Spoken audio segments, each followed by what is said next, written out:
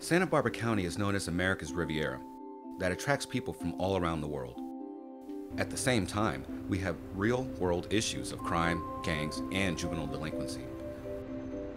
The restorative justice process brings juvenile offenders, their victims, and concerned community members together to repair the harm done by that offense.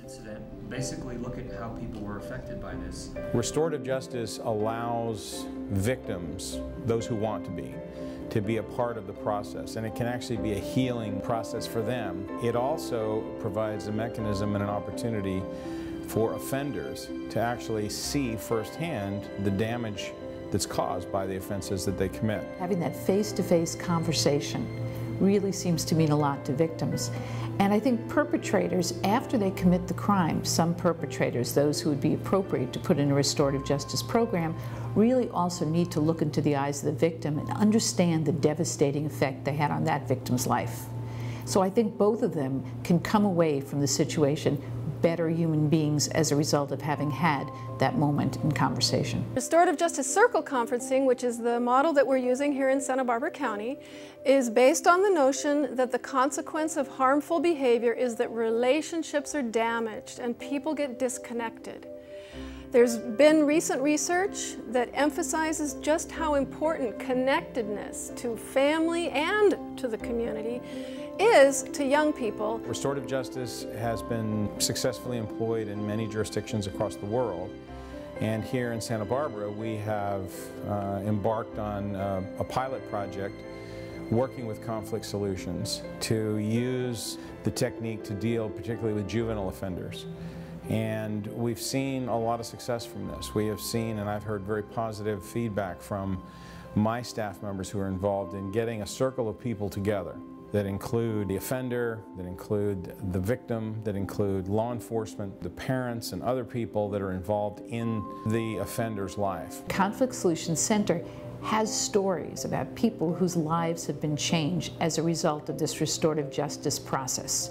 I've heard from victims of these crimes talking about what an important process it was, and I also heard from perpetrators and family members of perpetrators saying if they had merely been incarcerated, they would never have learned. So if we're looking in our society to prevent crime and to reduce all the costs associated with the arrest and the prosecution of crimes, this is a terrific system. We think the magic is the point of shift. When people come into the room for a conference, they don't know each other most of the time. And there's a kind of a fear, of what am I getting into? What am I doing here? And as they start to talk, they start to see each other as human beings.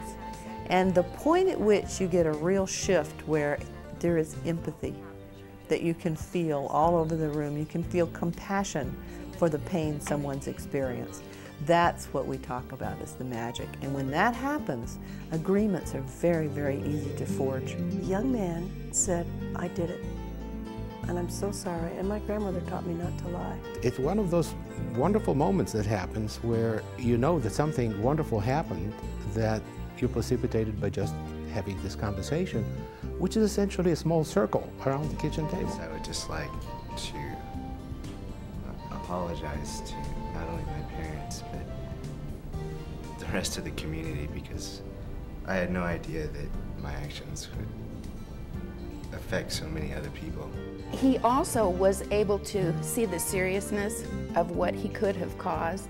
It was astounding. The kid just broke down. I said, I am so sorry. I had no idea how much this would affect everybody, and I'm really, really sorry. And let's see what we can do to make it better. In this restorative justice circle, you're allowed to see not just a community, a big mass of people that you don't know.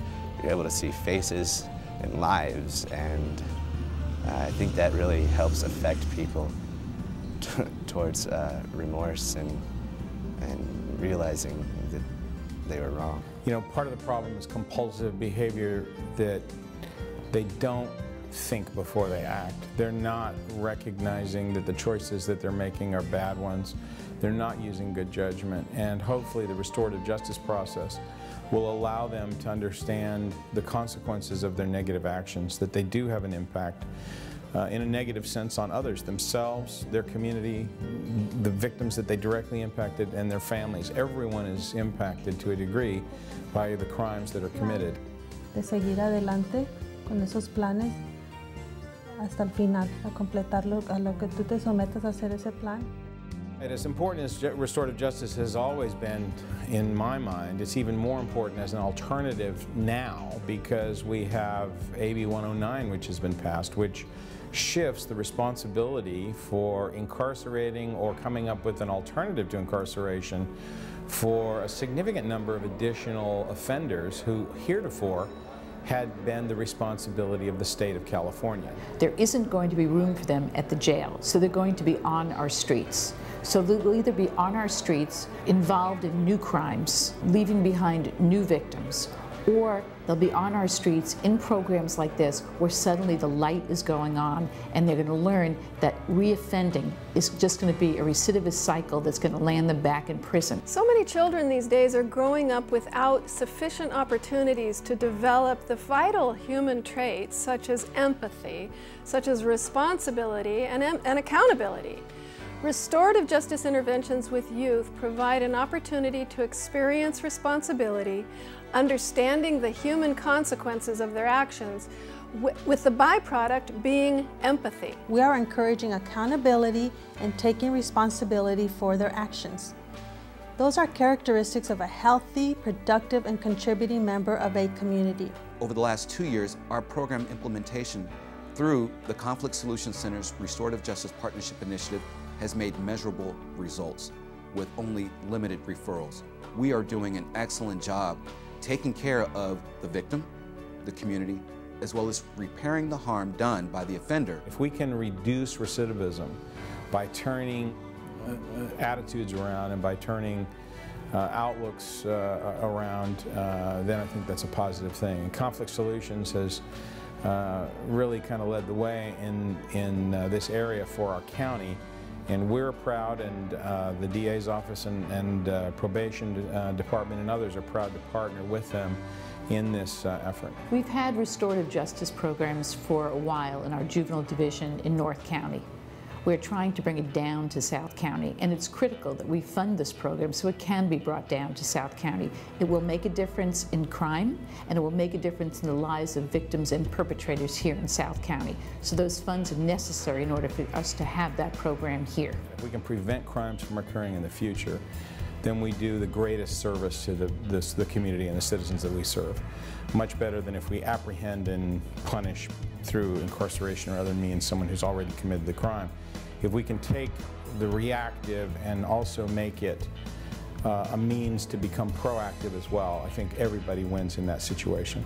Restorative justice will make a difference to victims, to perpetrators, and I believe to all of us countywide.